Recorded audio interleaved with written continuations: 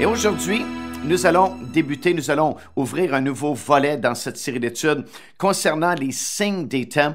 Et nous allons remarquer ensemble comment, dans les trois grandes catégories mentionnées dans la parole du Seigneur, c'est-à-dire le peuple juif ou Israël, les nations du monde et l'Église du Seigneur Jésus-Christ, en fait, tous les signes sont maintenant accomplis, ou presque, concernant chacune de ces trois catégories-là. Et nous allons voir ensemble, très bientôt, comment nous sommes, en fait, la seule génération, depuis le temps où Christ est venu dans ce monde et qu'il a prononcé ses paroles, nous sommes la seule génération qui voit l'accomplissement de tous les signes dans les trois catégories de personnes en même temps.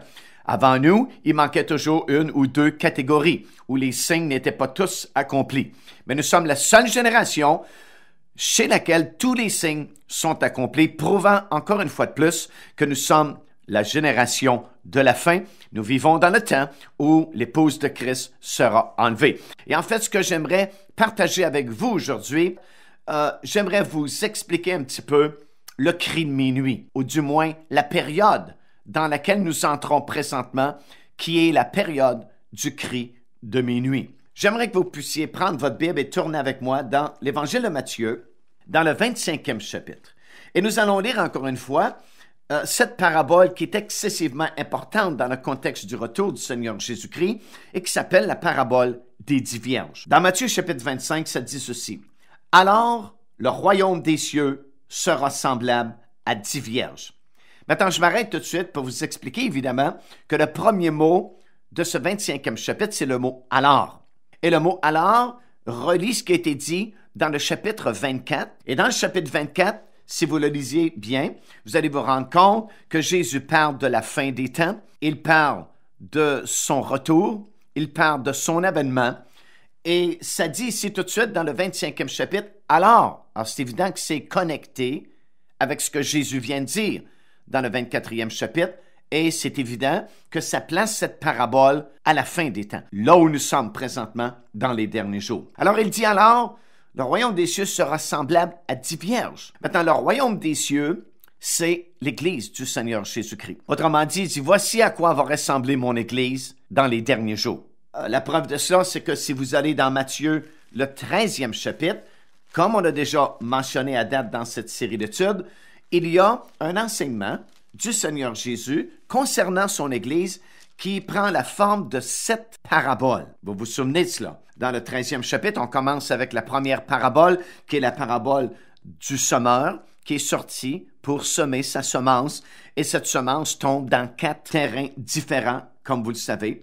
Et puis, bon, il y a différentes autres paraboles qui sont mentionnées dans ce 13e chapitre, la parabole du levain, la parabole de la perle, jusqu'à la 7e, la parabole du filet, qui représente la 7e et dernière époque de l'Église. Et à chaque fois, ça dit, alors le royaume des cieux est semblable à... Et tous les commentateurs bibliques sont d'accord pour nous expliquer que ces 7 paraboles représentent différentes facettes et des époques différentes de l'Église du Seigneur Jésus-Christ. C'est donc à dire qu'à chaque fois que Jésus le mentionne, et il le mentionne à plusieurs reprises ici dans ce 13e chapitre, à chaque fois qu'il dit « le royaume des cieux est semblable à », il compare son Église à différentes choses. Alors on est tous d'accord avec cela. Les commentateurs bibliques en général sont tous d'accord également que Jésus parle de l'Église. Et c'est curieux qu'ici, dans le 25e chapitre, alors que Jésus utilise exactement la même terminologie, il dit alors le royaume des cieux sera semblable à, pourquoi ça ne s'appliquerait plus à l'Église? Alors que dans le 13e chapitre, ça s'applique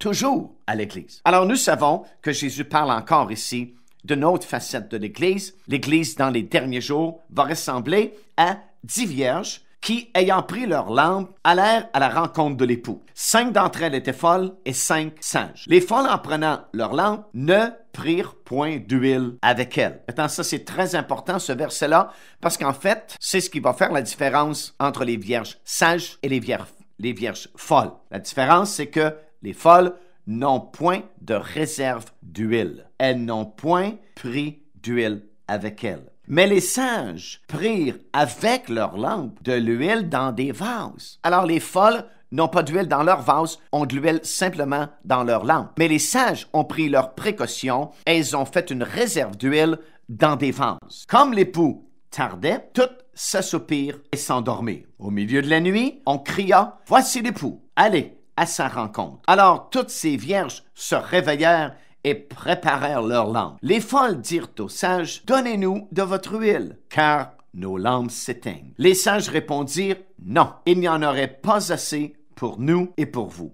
Allez plutôt chez ceux qui en vendent et achetez-en pour vous. » Pendant qu'elles allaient pour en acheter, l'époux arriva. Celles qui étaient prêtes entrèrent avec lui dans la salle des noces et la porte fut fermée. Plus tard, les autres vierges vinrent et dirent, « Seigneur, Seigneur, ouvre-nous. » Mais il répondit, « Je vous le dis en vérité, je ne vous connais pas. Veillez donc, dit-il, puisque vous ne savez ni le jour ni l'heure. » Alors voilà une parabole très intéressante pour nous qui sommes en train d'étudier les prophéties de la fin. Nous venons de comprendre que cette parabole parle de l'Église du Seigneur Jésus-Christ justement au temps de la fin, alors que la trompette va sonner et que l'enlèvement aura lieu. Et ce que Jésus est en train de nous expliquer ici est parce que nous savons que nous sommes rendus à la fin de la dispensation de l'Église du Seigneur Jésus-Christ, ça devient très important d'étudier cette parabole parce que c'est notre portrait. C'est le portrait de l'Église à la fin.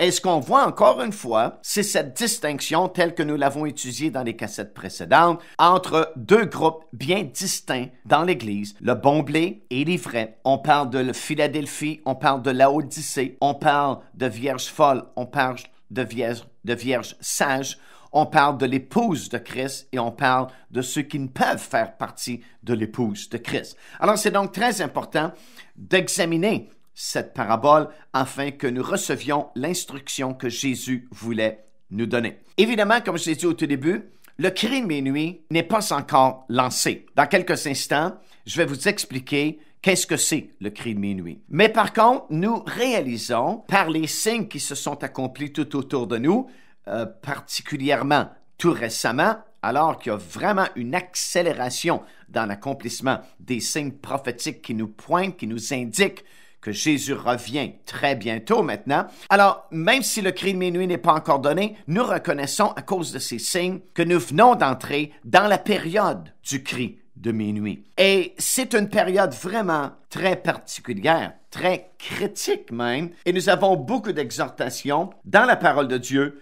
concernant ce temps vraiment spécial. Dans Luc, chapitre 21, et au verset 34, par exemple, alors que Jésus parle à son Église, il exhorte cette génération qui est la nôtre, la génération de la fin, et il dit, « Prenez garde à vous-même de craindre que vos cœurs ne s'apesantissent par les excès du manger et du boire et par les soucis de la vie, et que ce jour, il parle du jour de l'enlèvement, et que ce jour ne vienne sur vous à l'improviste.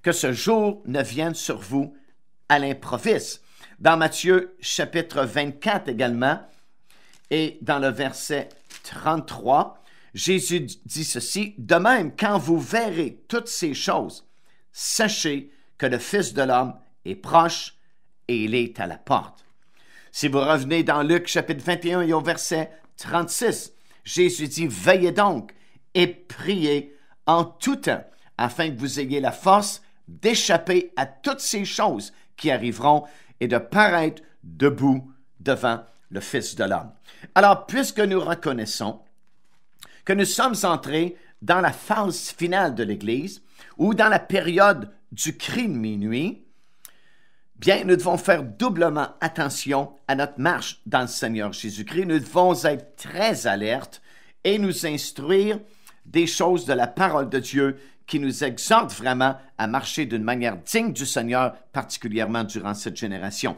Si nous tournons également dans 1 Thessaloniciens, dans le 5e chapitre, nous lisons ces paroles qui deviennent très importantes pour nous également dans ce contexte.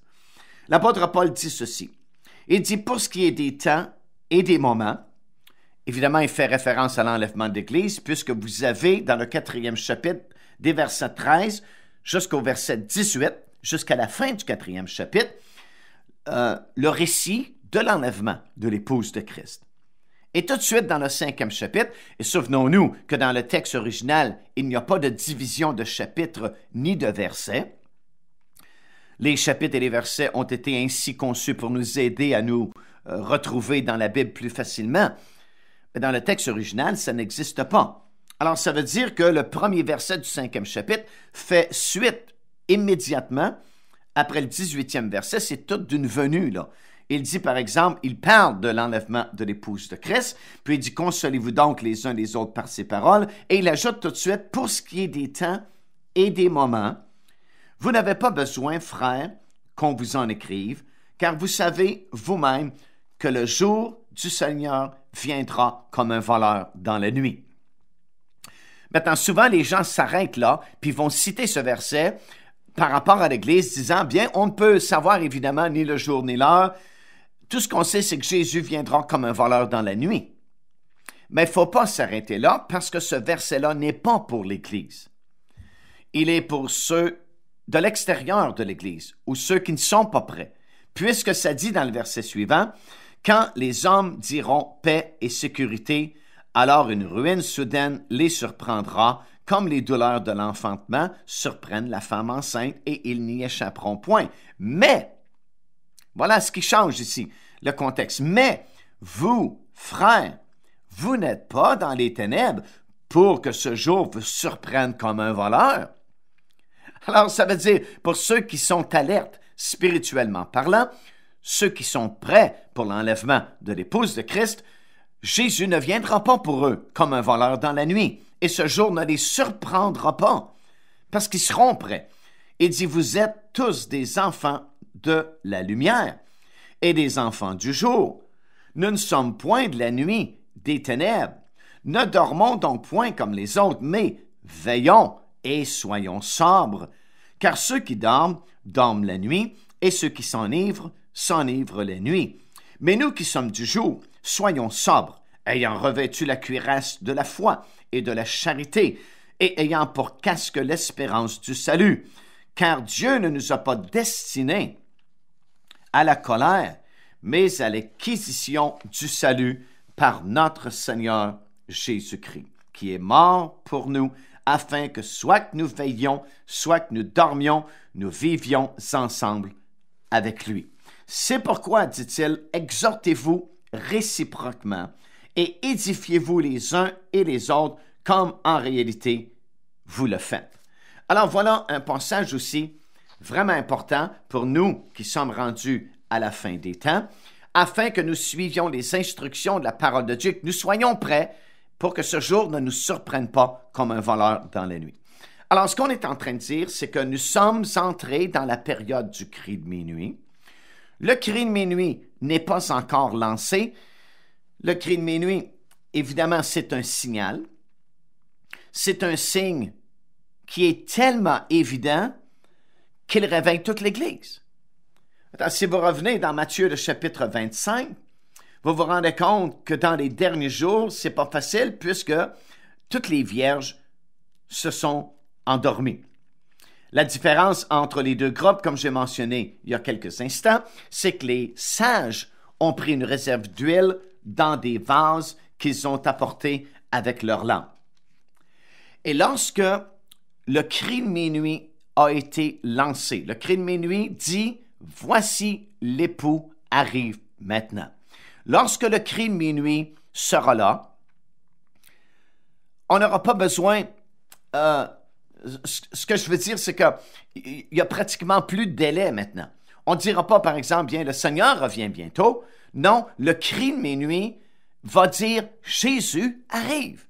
C'est peut-être une question de minutes, peut-être une question d'heures, un jour ou deux, peut-être. Personne ne peut le dire parce que ce n'est pas indiqué dans la parole de Dieu. Mais le cri va tellement être évident pour toute l'Église au complet qu'on va savoir à ce moment-là, « Wow, il s'en vient, il revient, c'est le temps est arrivé, c'est l'enlèvement, gloire à Dieu, Jésus revient nous chercher. » Alors c'est un signe, selon Matthieu chapitre 25, qui est tellement évident, et tellement simple à comprendre, c'est tellement clair, que la Bible me dit, c'est Jésus qui parle, toute l'Église s'est réveillée.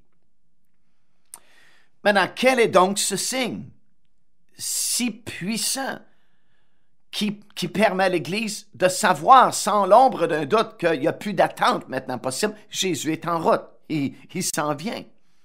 Quel est ce signe? Est-ce qu'il y a quelque chose dans la parole de Dieu qui nous indique qu'il y aura un tel signal à la fin de la dispensation de l'Église qui va permettre à toute l'Église de savoir, sans l'ombre d'un doute, que Jésus est en route? Bien, si nous examinons les Écritures, il y a en effet un signe qui doit venir et qui est tellement clair et tellement évident qui va permettre justement à toute l'Église de se réveiller. J'aimerais qu'on puisse tourner dans quelques versets dans la parole de Dieu. Premièrement, dans la deuxième épître de Paul aux Thessaloniciens. Et nous allons voir quelque chose de très important et je voudrais que vous puissiez bien comprendre ce que je m'apprête à vous enseigner. Je ne voudrais pas que vous ne compreniez pas ce que je suis en train de dire parce que c'est un sujet quand même qui n'est pas prêché souvent, ce que je m'apprête à vous donner. Et ça peut porter à confusion si vous ne le comprenez pas bien dans le bon contexte biblique. Alors soyez bien attentifs parce que je m'apprête à vous donner quelque chose vraiment qui va nous aider. Deuxième épître aux Thessaloniciens. Ça dit dans le deuxième chapitre. Deuxième Thessaloniciens, deuxième chapitre. Nous allons commencer à lire au premier verset. L'apôtre Paul est en train de parler de l'avènement du Seigneur. Il dit, pour ce qui concerne l'avènement de notre Seigneur Jésus-Christ et de notre réunion avec lui, nous vous prions, frères, de ne pas vous laisser facilement ébranler dans votre bon sens et de ne pas vous laisser troubler, soit par quelque inspiration, soit par quelque parole, ou par quelques lettres qu'on dirait venir de nous, comme si le jour du Seigneur était déjà là. Maintenant, je dois vous expliquer un petit peu le contexte dans lequel Paul écrit cette lettre aux Thessaloniciens. Vous savez que Paul est arrivé à Thessalonique et qu'à chaque fois que Paul, évidemment, arrive dans une ville, sa méthode de travail est celle-ci. Il va d'abord aller à la synagogue juive. Il va commencer à prêcher concernant le Messie. Et ça va bien jusqu'à ce qu'il en arrive à expliquer que le Messie est déjà venu dans la personne du Seigneur Jésus-Christ. Alors là, c'est la confusion, le tumulte, et habituellement, Paul se fait jeter dehors de la synagogue, il se fait battre, se fait même lapider quelquefois. On l'a laissé comme mort dans une certaine ville, et puis c'est le scénario habituel. Et c'est comme si, de ville en ville, les Juifs suivent l'itinéraire de Paul, et c'est comme si la violence augmente, les complots se font donc de plus en plus durs. Et ici à Thessalonique, vraiment, il y a une opposition farouche à la prédication de l'apôtre Paul, à un tel point que ses compagnons d'œuvre qui sont avec lui vont fortement lui conseiller de ne pas demeurer dans la ville de Thessalonique, mais de partir parce que sa vie est en danger et probablement que c'est mieux comme ça, même pour les nouveaux qui viennent d'accepter le Seigneur, parce que la persécution est trop sévère contre lui, l'apôtre Paul, et contre les nouveaux-nés à la suite de sa prédication. Alors, Paul va quitter précipitamment la ville de Thessalonique pour s'en aller, comme nous savons, dans la ville de Bérée, et il va quand même demeurer un certain temps sans revenir à Thessalonique. Alors, c'est un peu comme si les nouveaux qui ont accepté le Seigneur, et il y a un bon groupe de nouveaux qui ont accepté le Seigneur, la Bible nous dit plusieurs femmes de distinction, des gens de carrière, ont donné leur vie au Seigneur Jésus-Christ et ont formé le petit noyau de l'Église des Thessaloniciens. Et c'est comme si Paul, qui est leur apôtre en fait, qui leur a annoncé premièrement la parole de Dieu, doit les abandonner. Alors ils n'ont pas de pasteur, ils n'ont pas d'évangéliste, ils n'ont pas d'enseignant de la parole de Dieu. Ils sont un peu laissés à eux-mêmes. Et Paul s'inquiète évidemment lorsqu'il voyage de ville en ville jusqu'à ce qu'il envoie Tite pour s'informer si, les Thessaloniciens fonctionnent bien, s'ils sont encore là, si l'Église est encore debout. Et Tite a de bonnes nouvelles vraiment à donner à l'apôtre Paul. Il va lui dire des choses comme, bien Paul, fais-toi-en pas parce que tu vas être fier de tes Thessaloniciens. Ils sont demeurés fidèles, ils sont fermes dans la foi, leur foi même est grandissante. Et ça va nous expliquer que la raison pour laquelle ils sont demeurés fermes, c'est que lorsque Paul leur a annoncé le message de la parole de Dieu. Ils ne l'ont point accepté comme la parole des hommes ou la parole de Paul, mais ils ont accepté cette parole comme étant la parole de Dieu. Ils ont été fondés tout de suite sur les Écritures, et même s'ils ont été comme abandonnés, bien, ils sont demeurés fermes parce qu'ils avaient vraiment réalisé que la parole que Paul prêchait était la parole de Dieu, et la parole de Dieu pouvait les soutenir jusqu'à ce que des ouvriers du Seigneur viennent les aider. Mais par contre, en attendant, alors qu'il n'y avait ni apôtre, ni évangéliste, ni pasteur, bien, certaines personnes se sont infiltrées dans cette église débutante pour essayer de décourager les Thessaloniciens. On a même forgé des lettres disant que c'était Paul qui écrivait, et une de ces lettres-là disait aux Thessaloniciens, avec la signature, la fausse signature de Paul, que le Seigneur était déjà revenu chercher son église et que ça ne valait pas la peine de continuer. Bon, ils n'étaient pas dignes de faire partie de l'enlèvement, où Dieu les a oubliés, et ainsi de suite, et que l'enlèvement avait déjà eu lieu.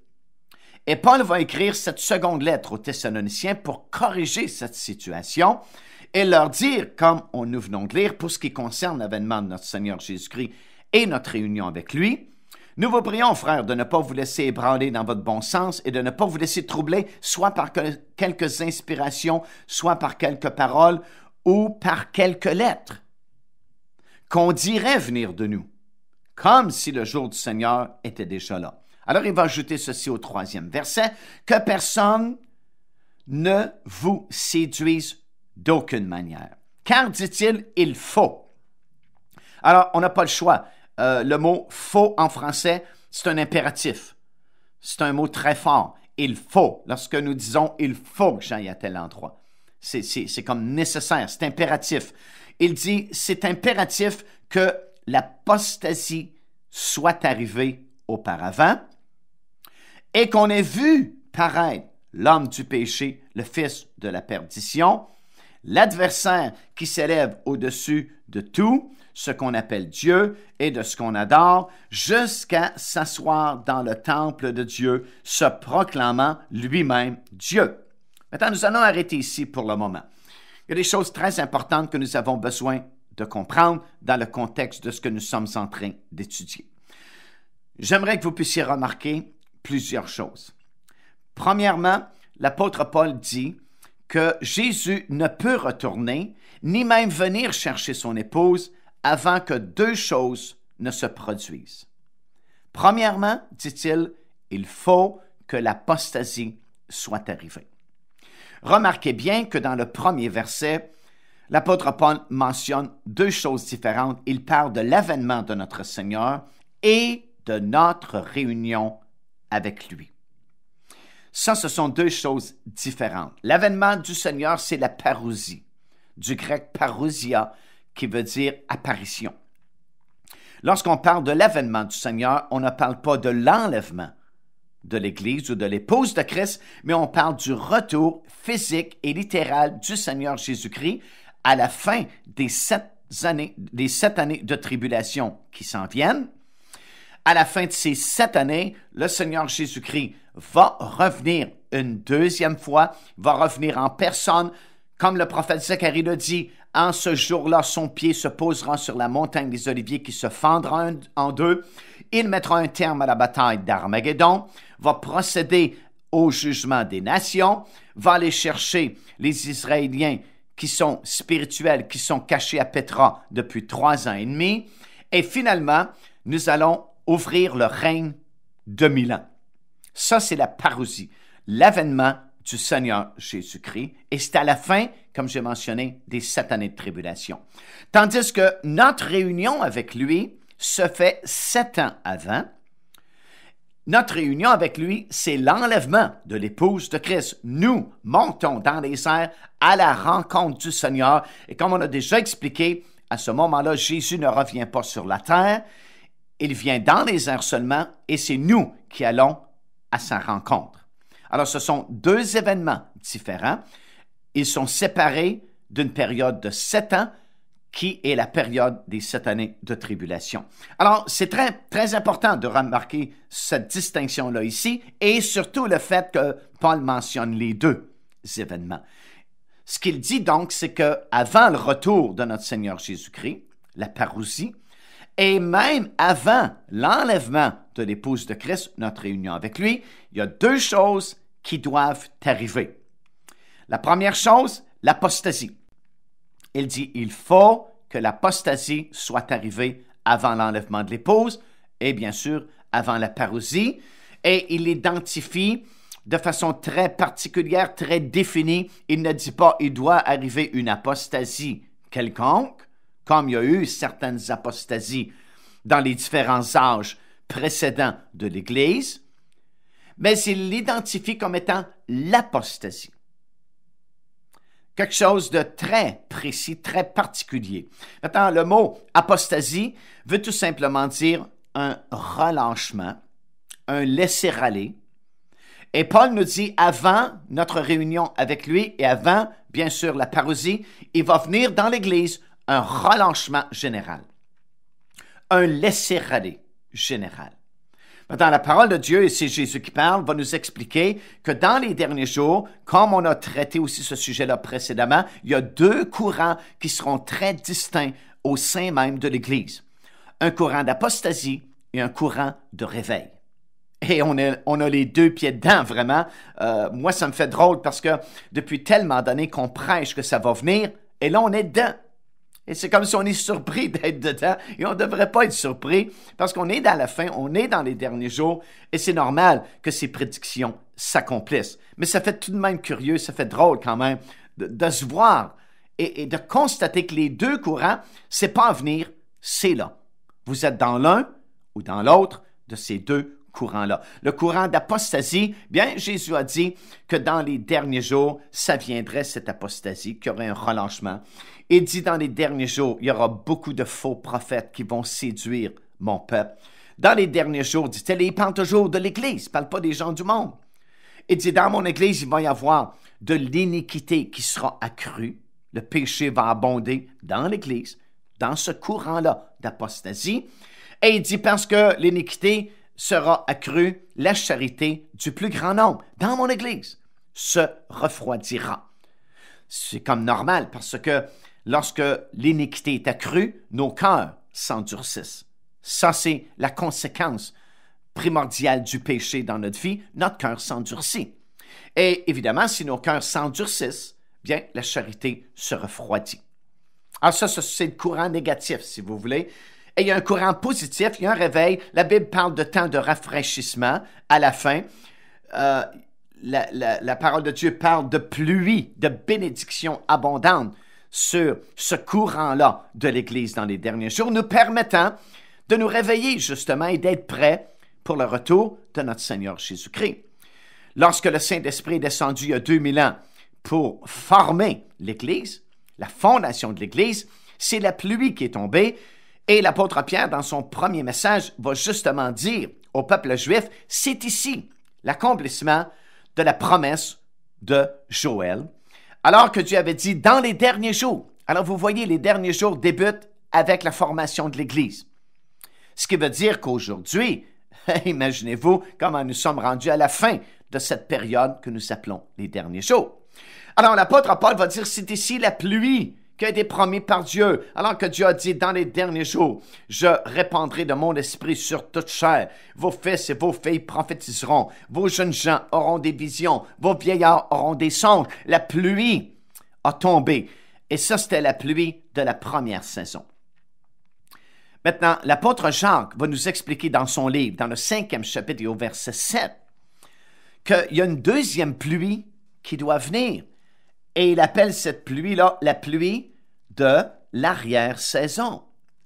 La pluie de la Pentecôte qui est tombée il y a 2000 ans, c'est la pluie de la première saison. Et Jacques dit, soyez patients, frères, parce qu'il y a une autre pluie qui va venir et qui s'appelle la pluie de l'arrière-saison. Et ce qui est formidable, c'est qu'ici, dans Jacques, si vous tournez avec moi, dans le 5e chapitre et le 7e verset, Jacques va faire le lien entre la pluie de l'arrière-saison et le retour de notre Seigneur Jésus-Christ. Alors, ça veut donc dire que dans cette période, dans cette époque où Jésus doit revenir, il va y avoir une pluie spirituelle qui va tomber aussi sur l'Église. Il n'y aura pas seulement l'apostasie, mais il va y avoir une pluie de réveil aussi. Alors voici ce qu'il dit. Il dit, « Soyez donc patients, frères, jusqu'à l'avènement du Seigneur. » Remarquez, jusqu'à l'avènement du Seigneur. « Voici le laboureur attend le précieux fruit de la terre, prenant patience à son égard, jusqu'à ce qu'il ait reçu les pluies, au pluriel, de la première et de l'arrière-saison.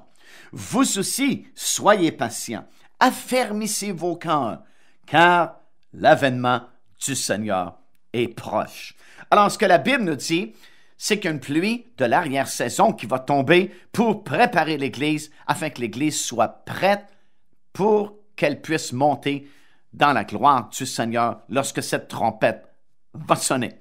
Maintenant, ce qui est encore plus extraordinaire, c'est que le prophète Joël, qui avait prophétisé la pluie de la première saison, lorsque le Saint-Esprit est descendu dans la chambre haute il y a 2000 ans pour former l'Église du Seigneur Jésus-Christ, a également prophétisé que dans les temps de la fin, la pluie de l'arrière-saison viendrait aussi. Mais voici ce que Joël, le prophète, va déclarer, et c'est vraiment plus clair. Si vous avez la Bible, la traduction Emmaüs à la maison, je vous conseille de lire Joël chapitre 2, verset 23 dans cette traduction. En passant, la Bible Emmaüs, à mon avis, c'est la plus fidèle traduction du grec et de l'hébreu dans l'Ancien Testament. Évidemment, c'est une Bible qui se publie en 10 volumes. Elle est assez chère, je pense que c'est 400 à 500 $, mais elle vaut vraiment la peine. Les commentaires sont excellents et la traduction est, d'après moi, la plus fidèle au texte original, plus que la traduction standard que nous avons de Louis II. Alors, je vous dis ça en passant. Et si vous l'avez à la maison, ou vous pouvez mettre le grappin dessus, lisez Joël, chapitre 2, verset 23, dans cette traduction-là, et vous allez comprendre que Joël prophétise quelque chose qui est absolument miraculeux, qui ne se peut pas dans le monde naturel. Il dit, dans les derniers jours, Dieu va envoyer la pluie de la première saison et de l'arrière-saison en même temps dans le premier mois de l'année, qui est le mois d'avril en Israël. Il va envoyer les deux pluies en même temps. Alors, ça ne se peut pas, parce que la pluie de la première saison en Israël, c'est au mois d'octobre, lorsqu'on fait les semences, et la pluie de l'arrière-saison se fait au printemps, mois d'avril, pour stimuler encore la croissance juste avant la période de la moisson. Mais Joël dit, dans les derniers jours à la fin, les deux pluies vont arriver dans le même mois, en même temps, la pluie de la première et de l'arrière-saison. Puis il dit, dans la traduction Emmaüs, je vais vous l'envoyer par torrent. Autrement dit, ce n'est pas une goutte ici et là, mais les deux pluies vont tomber en même temps, dans le même mois, et ça va être par torrent, et ce sont des pluies de bénédiction qu'Ézéchiel nous dit dans son livre, et c'est vraiment ce qui est en train de se produire à l'échelle mondiale dans l'Église du Seigneur Jésus-Christ. Alors nous avons donc ces deux courants qui sont là, l'apostasie qui doit venir avant l'enlèvement de l'Église, et aussi les pluies de bénédiction qui sont en train de tomber sur l'Église du Seigneur Jésus-Christ pour la préparer pour cet enlèvement. Alors revenons à notre texte que nous sommes en train d'étudier. 2 Thessaloniciens, 2e chapitre, verset 3. L'apôtre Paul dit que personne ne vous séduise d'aucune manière, car il faut que l'apostasie soit arrivée auparavant. Lorsqu'il dit auparavant, ça veut dire avant, et bien sûr, avant quoi? Avant notre réunion avec lui et avant le retour du Seigneur Jésus-Christ. Et encore une fois, c'est là. C'est ce qu'on voit. L'apostasie est arrivée. Beaucoup de gens se sont relâchés. Beaucoup de gens ont négligé leur marche avec le Seigneur Jésus-Christ. Il y a un laisser-aller dans plusieurs personnes parmi l'Église. Mais nous ne voulons pas nous laisser aller. Nous ne voulons pas être négligents, nous ne voulons pas nous relâcher, mais nous voulons au contraire recevoir les pluies de la première et de l'arrière-saison et vraiment être motivés et stimulés et vraiment être debout lorsque le Fils de l'homme paraîtra. Maintenant, ce qui nous intéresse plus particulièrement, c'est la suite du 3e verset. Et ça devient, il faut faire bien attention ici. Alors, il faut que l'apostasie soit arrivée auparavant et qu'on ait vu paraître l'homme du péché, le fils de la perdition, l'adversaire qui s'élève au-dessus de tout ce qu'on appelle Dieu et de ce qu'on adore, jusqu'à s'asseoir dans le temple de Dieu, se proclamant lui-même Dieu. Alors, c'est dans votre Bible. Vous pouvez le lire dans n'importe quelle traduction. Je l'ai lu, moi, dans peut-être 25-30 traductions différentes. Et c'est toujours la même vérité. L'apôtre Paul dit ceci, écoutez bien. Avant l'enlèvement de l'Église et avant le retour du Seigneur, ça c'est chapitre 2, verset 1, il faut qu'il arrive deux choses. Premièrement, il faut que l'apostasie soit arrivée. Et deuxièmement, il faut qu'on ait vu paraître l'homme du péché. L'homme du péché, l'adversaire, c'est l'Antéchrist. Et écoutez bien, c'est pas ma théorie, c'est pas mon interprétation, c'est ce qui est écrit dans la Bible, dans votre Bible comme dans la mienne. Paul dit encore une fois, j'insiste là-dessus, parce que c'est un peu révolutionnaire, on n'entend pas prêcher beaucoup là-dessus, mais c'est ce que la Bible dit et nous devons être fidèles à l'enseignement de la parole de Dieu. Même si ça vient contre l'opinion populaire, Paul précise ici qu'avant l'enlèvement de l'Église et avant le retour de Jésus, nous devons voir deux choses. Quand on parle de nous, on parle de l'Église. Nous devons voir deux choses. Un, l'apostasie. Deux, la parution de l'homme du péché, de l'adversaire. Maintenant, nous avons vu la première chose, l'apostasie est arrivée. On a les deux pieds dedans. C'est tout autour de nous. Nous ne voulons pas en faire partie, comme j'ai mentionné, mais c'est là. La deuxième chose n'est pas encore arrivée. Nous devons voir l'apparition, si vous voulez, de cet adversaire, l'homme du péché, qui s'élève au-dessus de tout ce qui s'appelle Dieu. Mais là, il faut faire bien attention. Et je réalise là qu'on n'aura pas le temps d'aller beaucoup plus loin et de vous donner tous les détails. Je vais m'arrêter ici. Je voudrais absolument que vous entendiez l'autre avant de former votre jugement sur ce que je viens d'enseigner. Il faut absolument que vous entendiez le message au complet. Parce que le danger, c'est de prendre tout simplement ce texte-là ici et de dire « Oh, ah bien, on peut vivre comme on veut, on peut se permettre n'importe quoi. Tant qu'on n'a pas vu paraître l'homme du péché, l'Église ne peut pas être enlevée. Quand nous allons le voir, on va se convertir au Seigneur. » Ça ne marche pas comme cela. Parce que ce que nous allons voir dans notre prochain rendez-vous, c'est que le cri de minuit, qui est en fait la parution de cet homme, comme je vais vous expliquer en détail au début de notre prochaine rencontre, lorsque le cri de minuit est lancé, ce n'est pas un cri qui nous permet de nous préparer. Écoutez bien, ce n'est pas un cri qui nous permet de nous préparer, c'est un cri qui nous permet de constater notre situation ou notre condition spirituelle. Et à partir du cri de minuit, on ne peut pas changer notre condition spirituelle. Et ça, je vais vous l'expliquer en détail. C'est à ne pas manquer vraiment. Nous ne pourrons pas changer notre condition spirituelle. Le cri de minuit définit qui nous sommes. Le cri de minuit va nous montrer où nous en sommes dans le Seigneur Jésus-Christ. Le cri de minuit détermine les vierges folles et les vierges sages. Le cri de minuit montre la sagesse des uns et la folie des autres, et ni un ni l'autre ne peut changer sa condition. Alors, c'est pourquoi nous devons être prêts maintenant. N'attendons pas ce signal, parce que ce n'est pas un signal pour nous aider à nous préparer ou à changer d'idée ou à dire « Seigneur, pardonne-nous, oh, nous voulons changer ». Non, c'est un signal de constatation seulement. C'est comme le résultat de l'examen. Tu ne peux plus changer. Tu as 90% ou 100% ou tu as 25% et tu ne peux rien y faire maintenant. Le compte à rebours est terminé, le résultat t'est montré. Le cri de minuit, c'est comme l'examen final et les notes de cet examen. T'es 100% ou t'es 25%. Tu es une vierge sage ou tu es une vierge folle et désormais, personne ne peut changer cet état et cette condition.